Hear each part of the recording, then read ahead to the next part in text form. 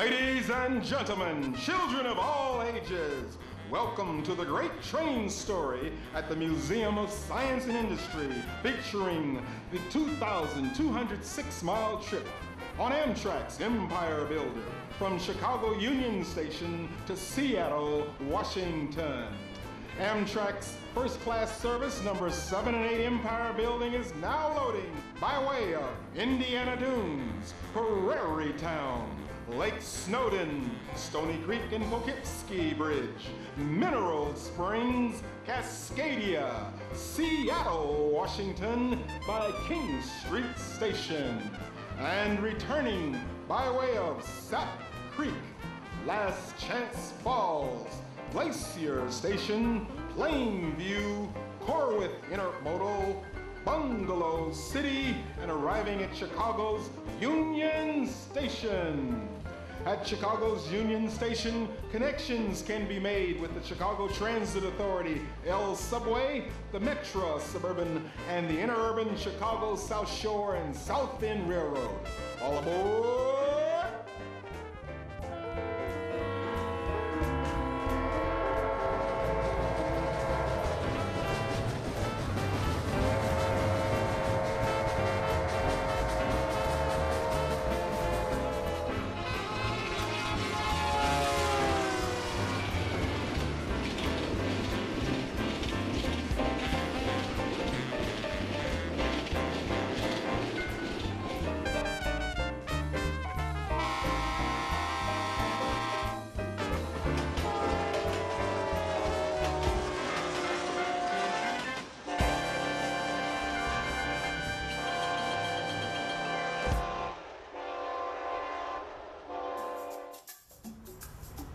The Museum of Science and Industry in Chicago has many fascinating exhibits.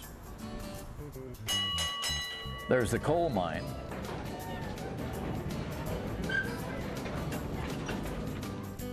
a Boeing 727 hanging from the ceiling, the German U-505 submarine from World War II, the Burlington Zephyr, and many more. But as exciting and interesting as all these exhibits are, my favorite has always been the operating model railroad.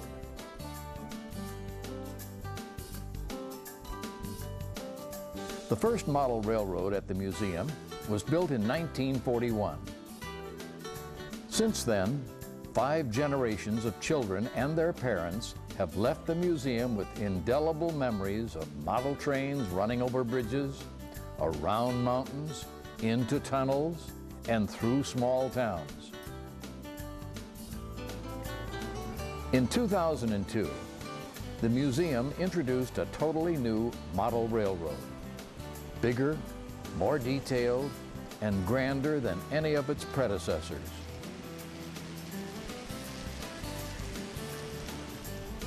Built in HO scale, the exhibit depicts a 2,206 scale mile journey by train between Chicago, Illinois and Seattle, Washington. 35 trains operate on more than 1,400 feet of track.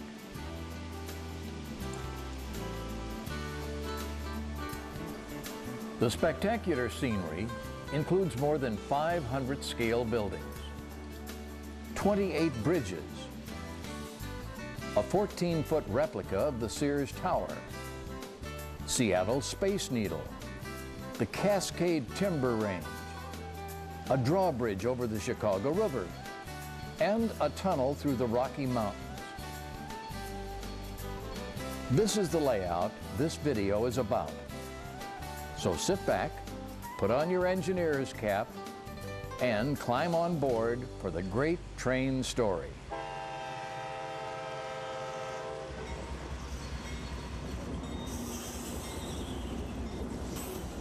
As you enter, you are greeted by models of the spectacular skyline of Chicago. The Great Train Story is located in the wing of the museum known as the Transportation Gallery. It shares that room with such famous locomotives as the 999 Empire State Express which was the first locomotive to pass the 100-mile-an-hour speed record. So really it was the first person to go 100 miles an hour was on that train, and that's pretty neat. We've got it in the same room as the Great Train Story. Also in the Transportation Gallery is the cab from an old Pennsylvania Railroad steam locomotive called the K4 Pacific, which was a really famous locomotive in its time.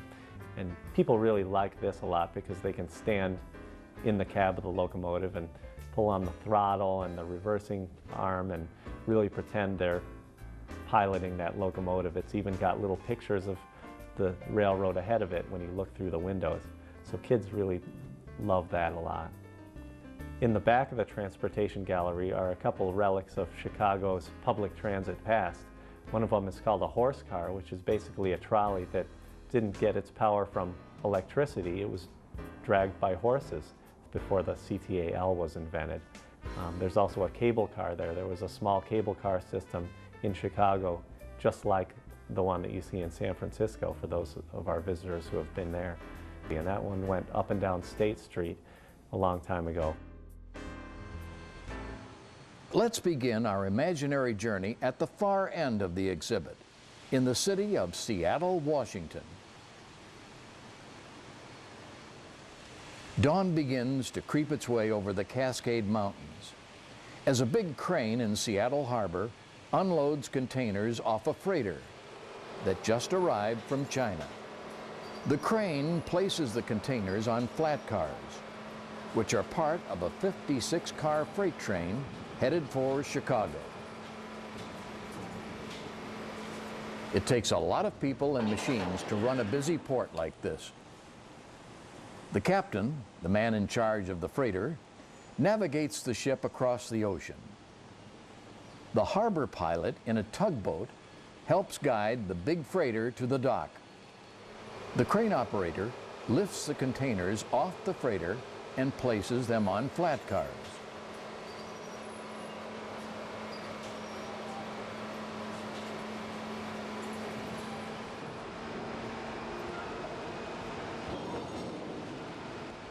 The engineer drives the train and makes sure he gets the right containers loaded and delivers his cargo on time. Thousands of containers are being loaded and unloaded every day at ports on both coasts of the United States.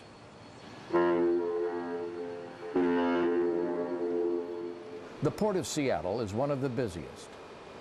Ships from Japan, Korea, Singapore, Taiwan, China, Hong Kong, and Australia arrive almost every day. After the containers are loaded on his train, the engineer waits for the green and then pulls out of Seattle to begin the 2,206-mile trip to Chicago.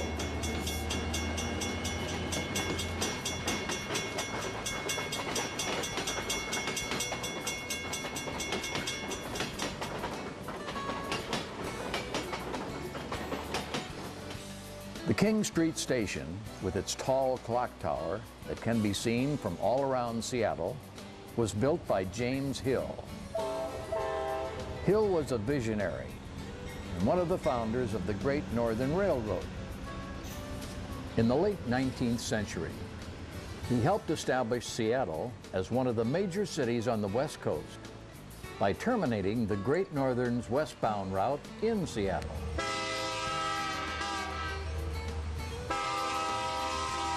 Hill was called the Empire Builder because every place he took his railroad, empires were created.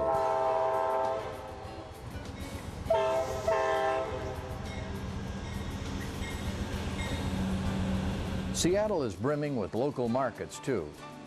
Fisheries, art galleries, antique shops, and coffee houses.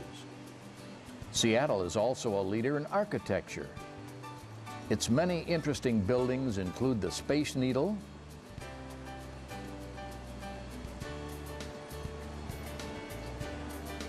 and the Experience Music Center, designed by famous architect Frank Gehry.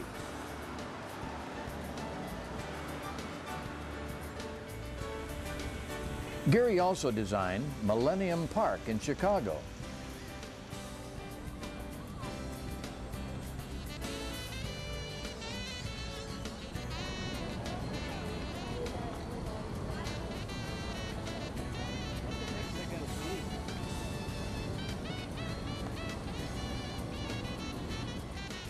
The Seattle waterfront is always churning with tugboats, speedboats. That double-decker highway that runs along the waterfront is called the Alaskan Way Viaduct.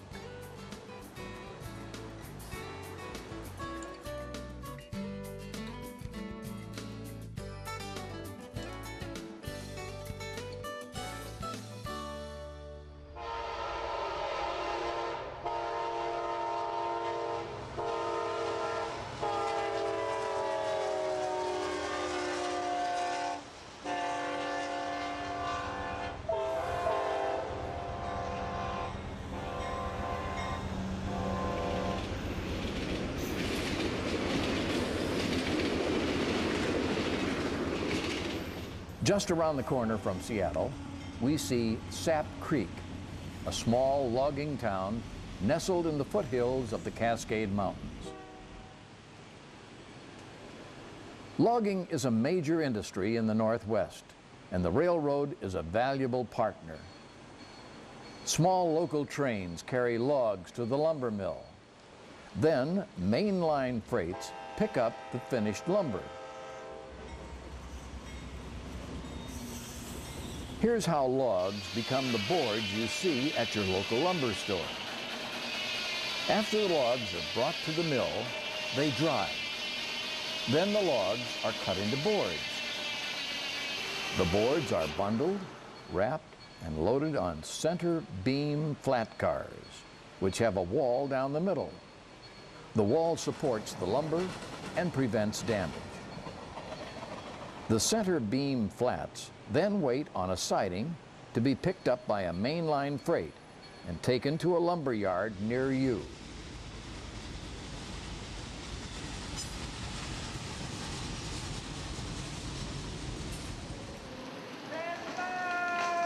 When you visit the exhibit, look for the interactive buttons. Here in Sap Creek, you press the button and a tree falls.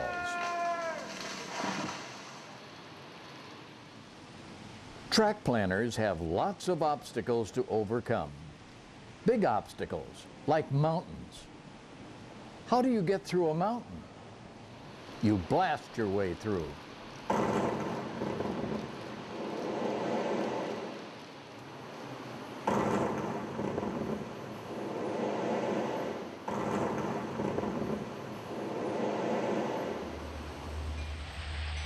Glacier National Park is another fabulous attraction of the Northwest. Melting snow from the Great Divide creates spectacular waterfalls. There's an Amtrak station where folks can get off, go for hikes, camping, or for the more adventuresome, to go down the falls in a canoe.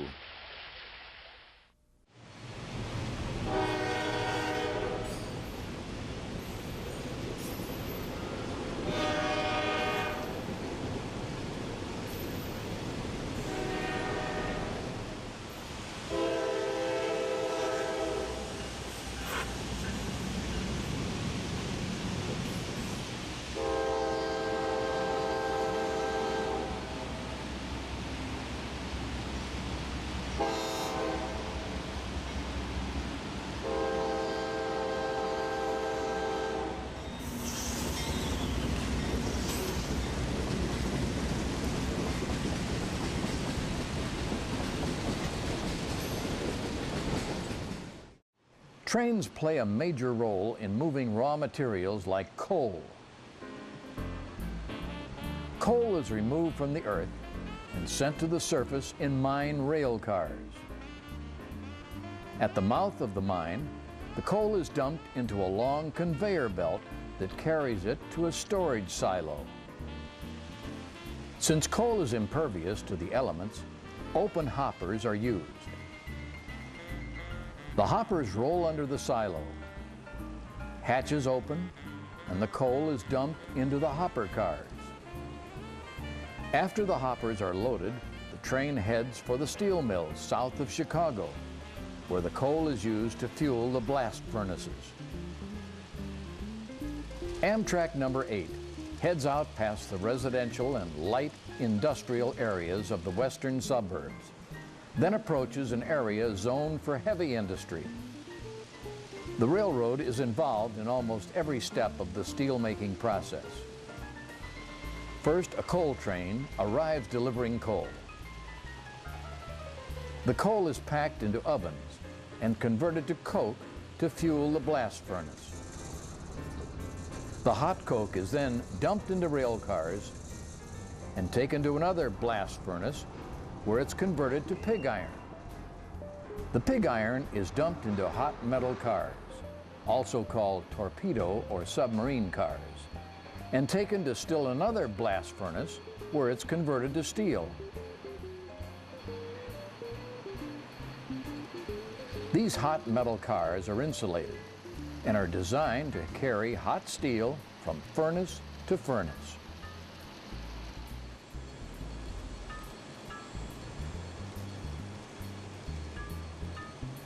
Some of the steel will be used to make autos, so it's rolled into sheets, curled into coils, and carried by steel coil cars to the nearby auto plant.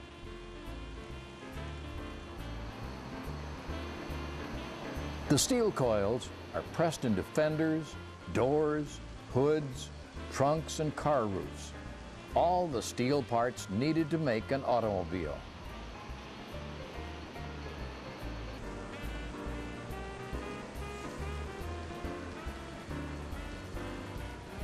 The completed cars are then loaded on auto rack cars and shipped to auto dealers all around the country.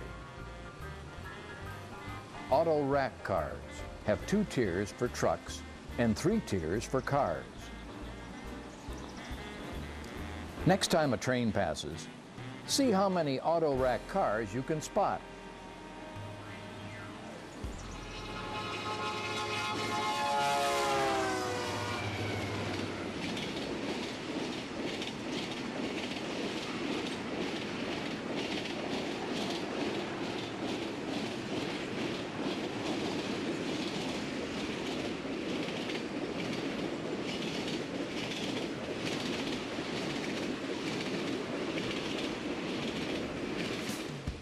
Next, we see the Indiana Dunes and the South Shore Line commuter train. You actually would not go by the dunes on your way west, but the designers wanted to include this area because of its beautiful sand dunes and beaches, and because the South Shore Line is the last interurban electric operating in America. It travels between Chicago and South Bend, Indiana, and carries thousands of commuters to work in the morning and back home in the evening.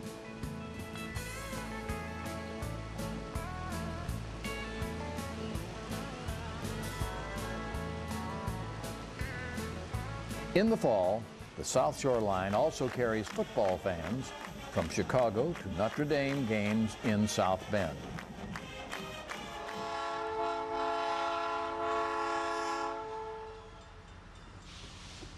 The real South Shore Line is powered by overhead electric wires called a catenary.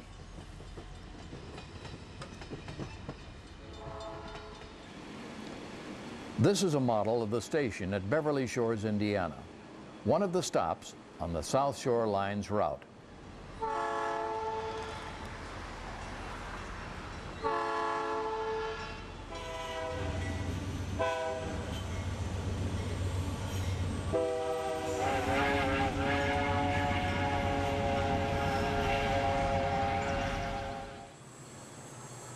As we leave the congestion of the city, we approach the fertile farm fields of the northern plains.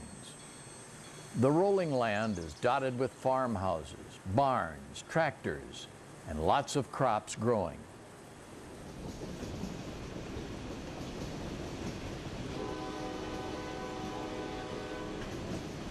The big attraction in Prairie Town is the dinner train, headed by a vintage steam locomotive. These trains give people the opportunity to see a real steam engine and to ride in old-time passenger cars. Check out the downtown area. See if you can find Gene Kelly singing in the rain.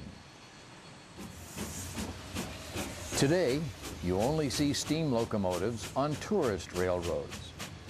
But there was a time, not too long ago, when giant steam locomotives, like this Norfolk Western Class J and the Southern Pacific's Daylight, ruled the rails. People love to see the churning drive wheels, smoke pour from the stack, and hear the sound of the steam whistle.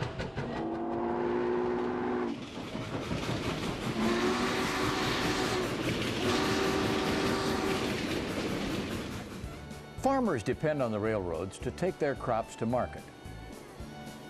These grain elevators are located west of Prairie Town, near the lush farmlands. Farmers store their grain in these elevators. After the grain dries, covered hoppers roll under the elevators. Hatches are opened, and the grain drops into the hoppers. After loading, the train heads to processing plants in the U.S. or to shipping ports where the grain is loaded on barges and taken to countries all over the world.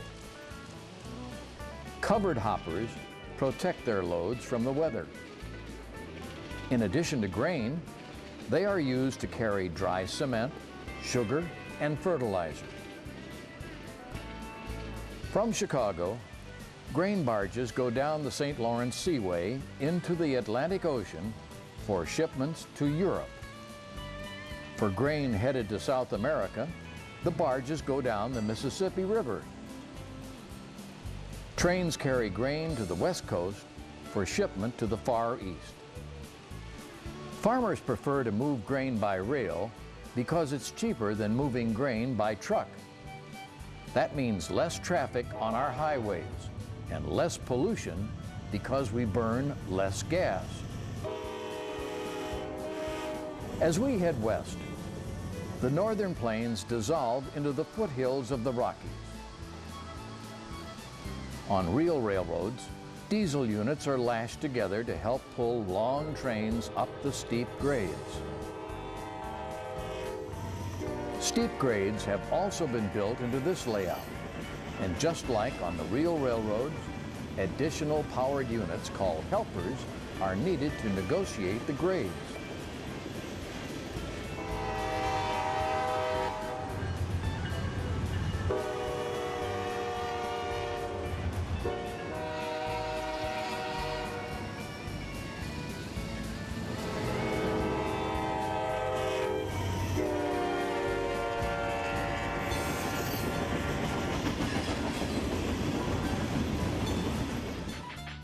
A tourist train, reminiscent of the Durango and Silverton in Colorado, rolls across the highest bridge on the exhibit. The bridge combines two types of bridges, a steel arch bridge and a deck truss bridge. The arch sections are based on the Stony Creek Bridge in British Columbia in Canada, and the deck sections are based on a bridge in Poughkeepsie, New York. Steam locos are powered by steam pressure, which is created by heating water over a coal or wood fire.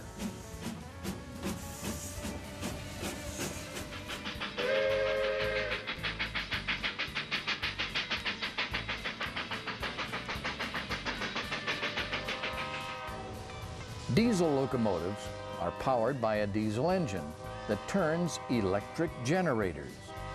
The generators then power the motors that turn the wheels.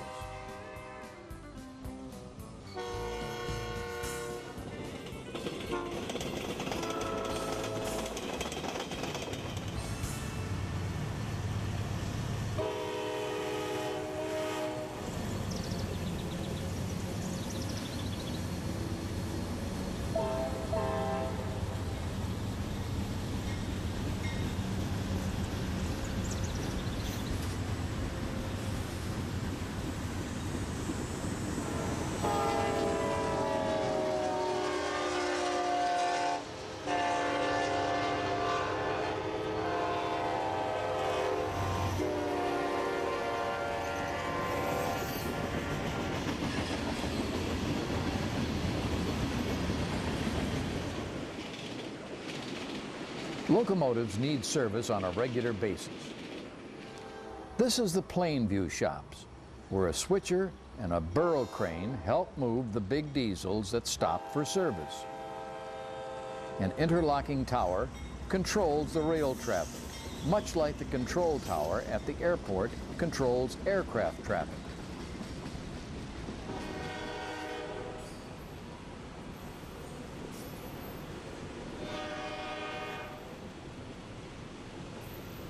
Since the exhibit has about 35 locomotives in action all day, every day, maintaining them is almost a full-time job.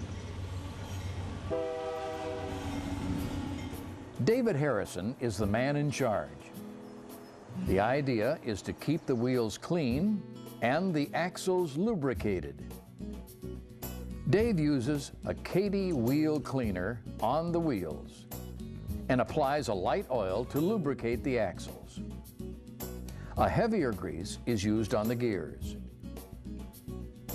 Just like on the real railroads, proper maintenance is crucial in keeping all the locomotives in good operating condition.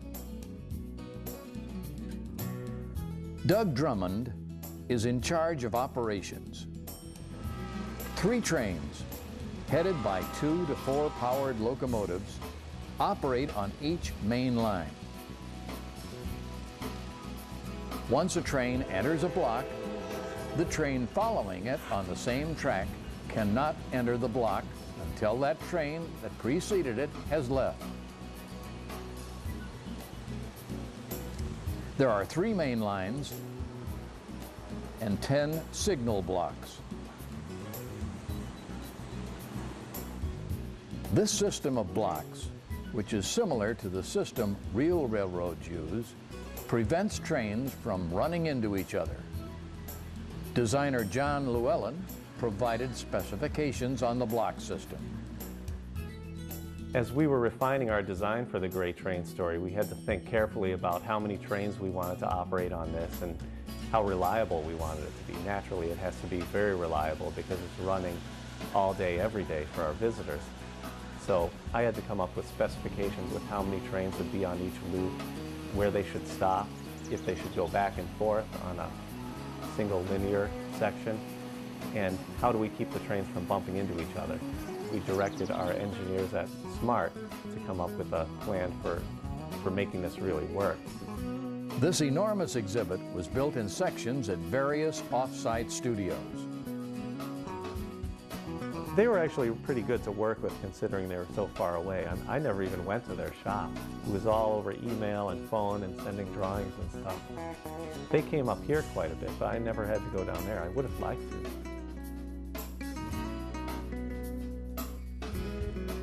11 access openings spotted at strategic places around the exhibit allow Doug and Dave to make repairs and clean the track on the inner portions of the exhibit.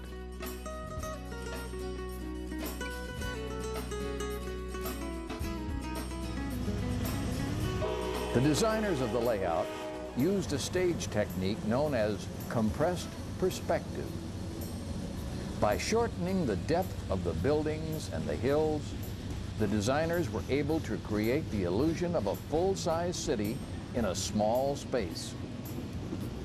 All the best stories kind of go into detail at certain points and then skip ahead in time sometimes, because if you tell everything that happened every single mile, it can get boring because there are some miles in there that don't really have much of anything of interest in them. So what we did to fit all of this landscape and panorama into our museum was to selectively compress the scenery.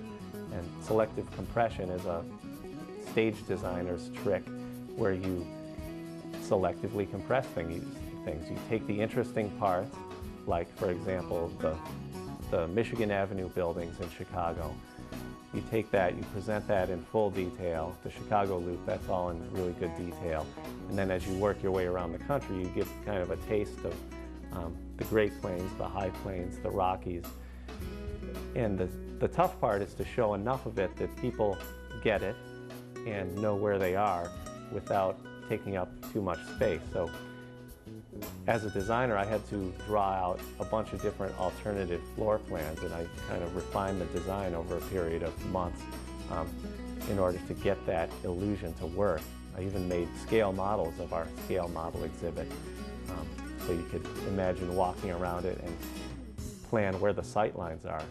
You wouldn't want a mountain to be right behind the Sears Tower, because in real life it isn't like that. But we had to kind of fold things around to fit everything in.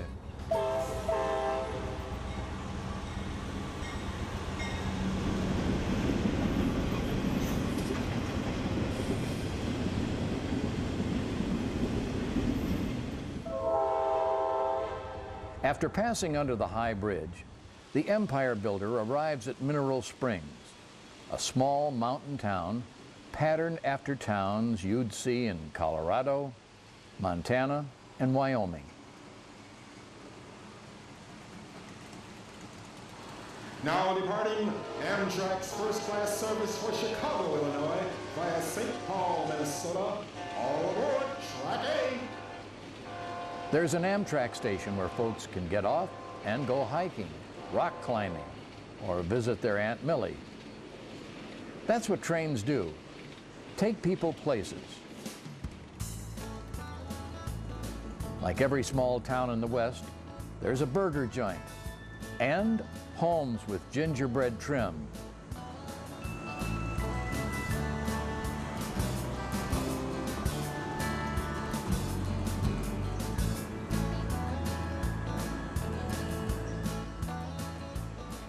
The Northwest is apple orchard country, and the railroad plays a big role in carrying apples from the orchards in Washington State to markets all over the country.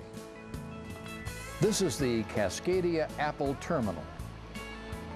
After the apples are picked and crated, they are taken to the terminal, where they are loaded into refrigerated boxcars called reefers and taken to market. These reefers are often coupled to the back of passenger trains because they must travel quickly so the apples arrive fresh.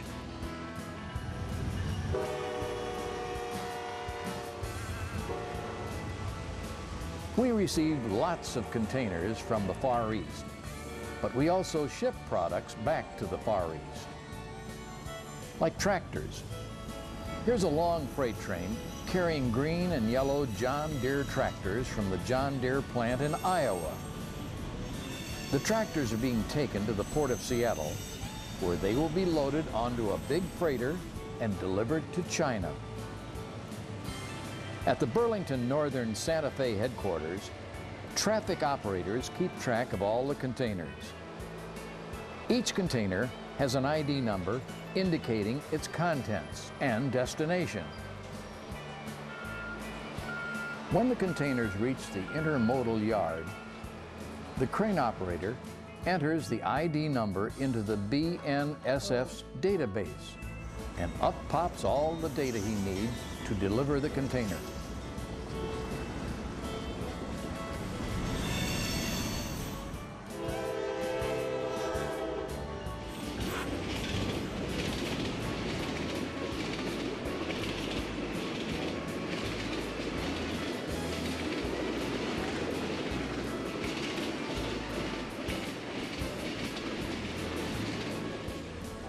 You see lots of diesels and freight cars every day, but do you know their names? We'll name a few you have seen on this exhibit. Amtrak P42DC, also known as the Genesis.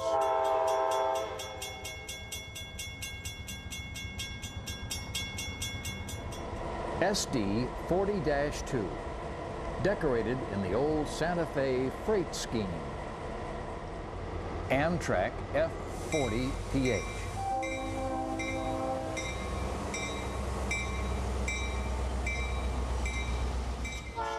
BNSF-840BW. Decorated in the classic Santa Fe war bonnet scheme. This paint scheme is a tribute to the famous Santa Fe passenger trains that carried passengers between Los Angeles and Chicago in the 1940s and 50s. Another famous train is the Burlington Pioneer Zephyr. It broke speed records in the late 1930s.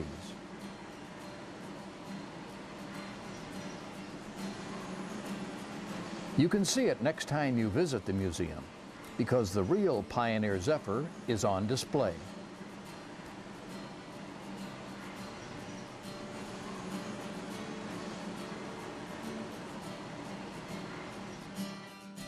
As we get closer to the city, we pass Bungalow Square, a neighborhood filled with 2- and 3-flat apartment buildings, shops, little restaurants, a meatpacking house, and of course, the Chicago Bungalow, a uniquely styled single-family dwelling found all over the city. All the buildings on the layout were modeled after real buildings.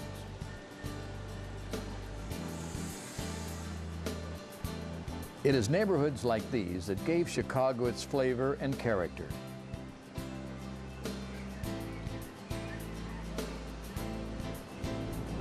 The Hobby Mecca train shop has a great location, right next to a CTA elevated Green Line stop west of the Loop.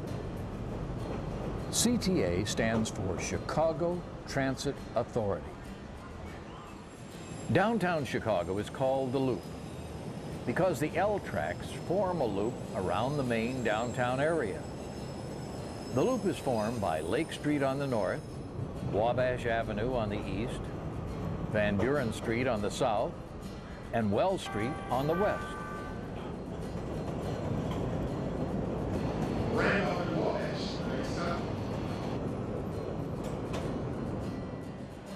The CTA also runs underground. It's called the subway. This is the Red Line stop at Chicago and State Street. Toddlers love this scene because it's at their eye level.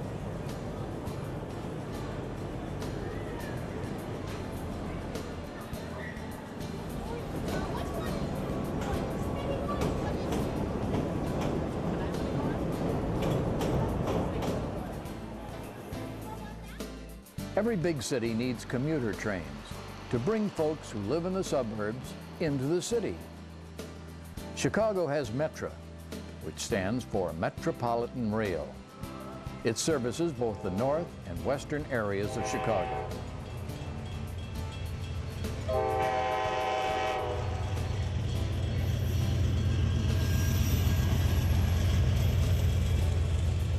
Meanwhile, at Chicago's Union Station, Amtrak train number 8, also named the Empire Builder, is headed west to Seattle. Each Amtrak train is assigned a number. The numbers are not arbitrary. Westbound trains are assigned odd numbers, and eastbound trains even numbers. So when the Empire Builder number 7 arrives in Seattle, its number changes to 8 for the return trip east to Chicago. The railroad started this system years ago.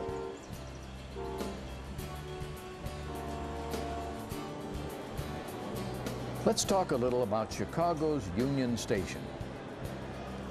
It was built in 1913 to support the growing number of people traveling by rail. In its heyday, just before and just after World War II, 4 different railroads used Union Station. It was Chicago's only crossroads depot. Travelers would arrive by train and catch another train destined for other parts of the country without ever having to leave the station. In the early 20th century, railroads were rapidly expanding, and Chicago quickly became the rail hub of the nation. Travelers from all over the country met in Chicago to buy, sell, sightsee, and have fun. Grains, manufactured goods, and livestock were shipped in and out on rails. Because of Chicago's access to the Great Lakes, goods were transferred from rail to ships for overseas trade. After the Great Chicago Fire in 1871, trains delivered the lumber and supplies that were needed to rebuild Chicago. Chicago held two World's Fairs and the 1948 Railroad Fair, which brought millions of visitors by rail.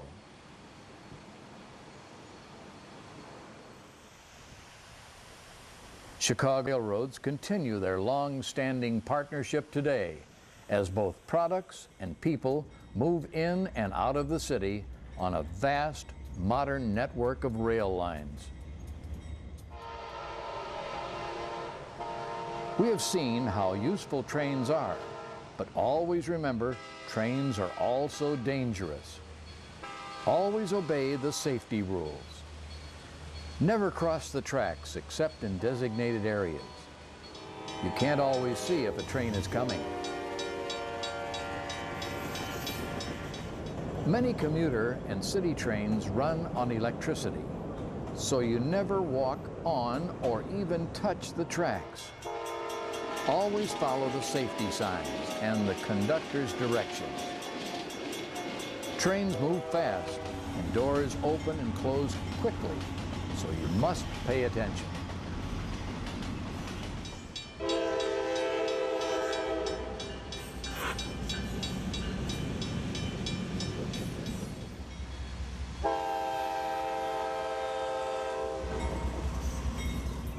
Kids love to follow one train all around the layout, and they can. That's the way we designed it. Everybody loves it. From the day we opened, the reaction has been wildly enthusiastic. We have a great location right near our main entrance. People notice it right away. They see it's big. They see the spectacular Chicago skyline. And there's lots of moving trains. The whole thing is just irresistible.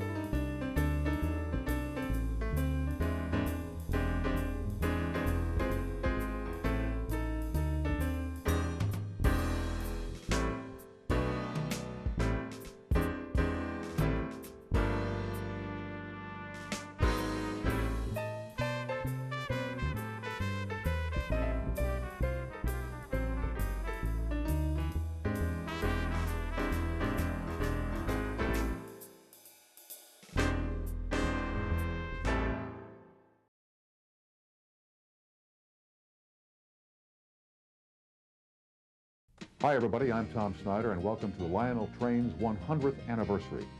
Let's go back to the beginning, to a loft at 24 Murray Street.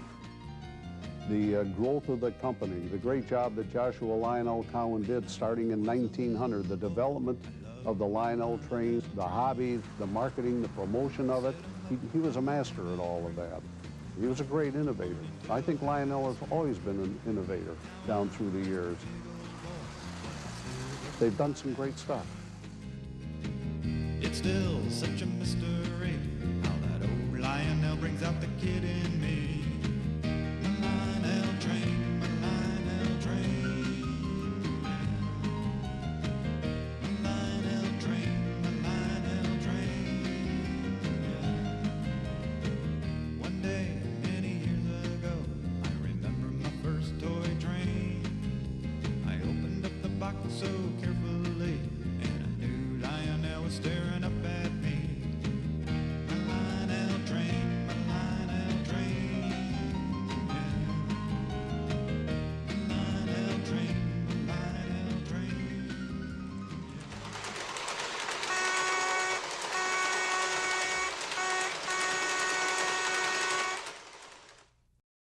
What do Frank Sinatra, Tom Snyder, and Mandy Patinkin have in common? They are all featured in TM's new Celebrity Train Layout series.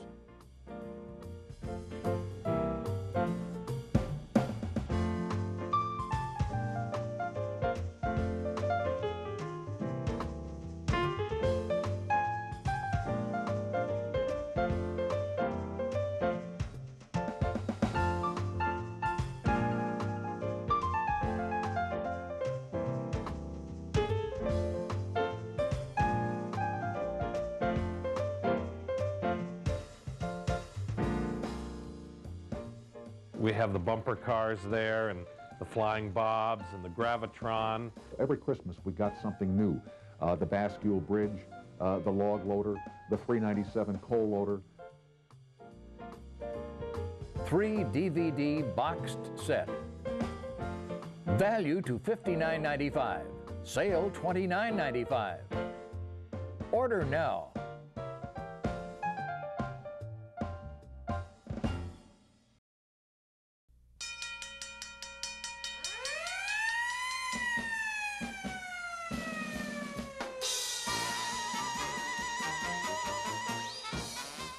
TM also produces award-winning children's videos on trains, big machines, and cowboys. TM is licensed by John Deere, Caterpillar, and Lionel. Awards include the prestigious Parents' Choice. For a free catalog, call 800-892-2822 or visit us on the web at ilovetoytrains.info.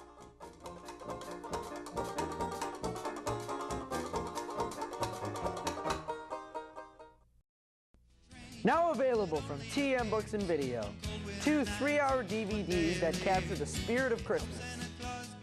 Toy Trains and Christmas feature elaborate holiday displays combining toy trains and Department 56 villages.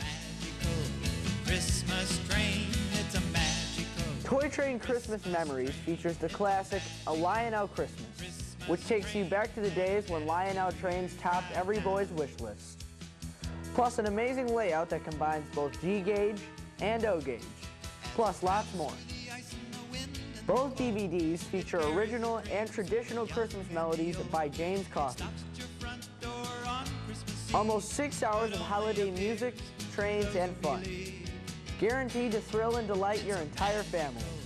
Call 1-800-892-2822 or visit us on the web at tmbv.com.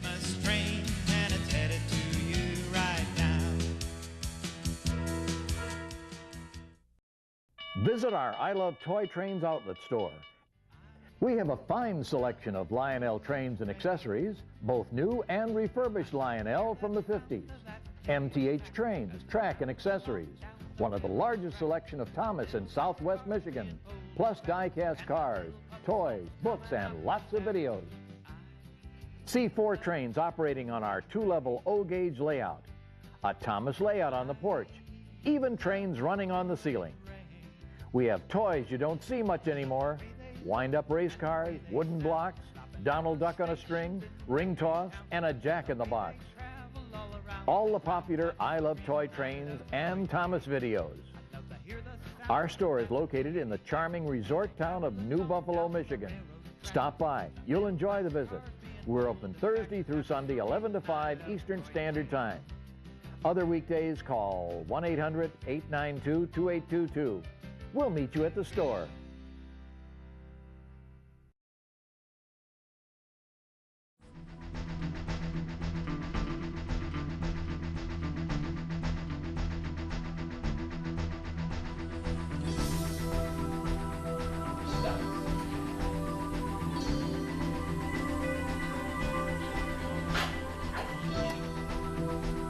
Use the 5-inch light.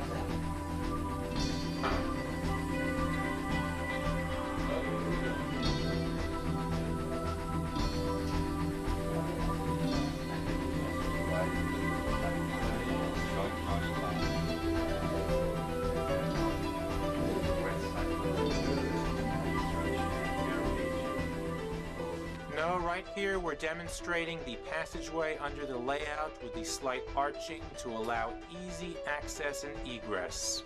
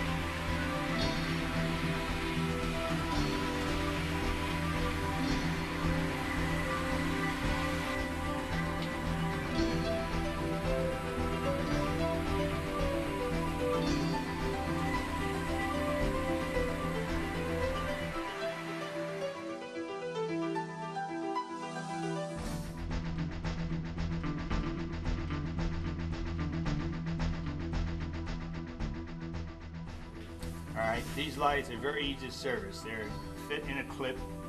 You pull them out side and you turn them over, and you have the light right there. Very easy to get to. So be very careful handling, because them bulbs will not take any pressure, they'll break.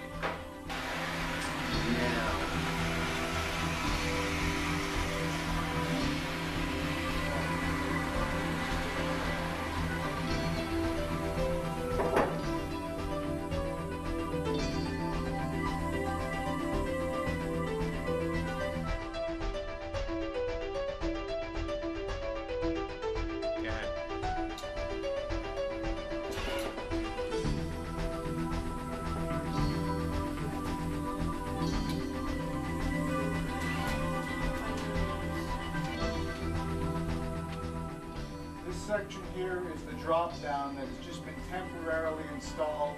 You'll notice here there's an opening that will be rounded off, and that will be part of the solid rock that will go down, and the strobe will be in here, which will blast out in this direction.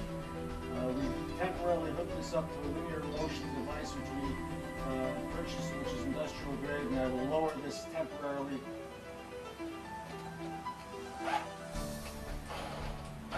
Now it'll actually, in actuality, it will go a lot more quickly than this, where we'll be able to adjust it as need be, together with the flashing strobe. That should give you a good idea.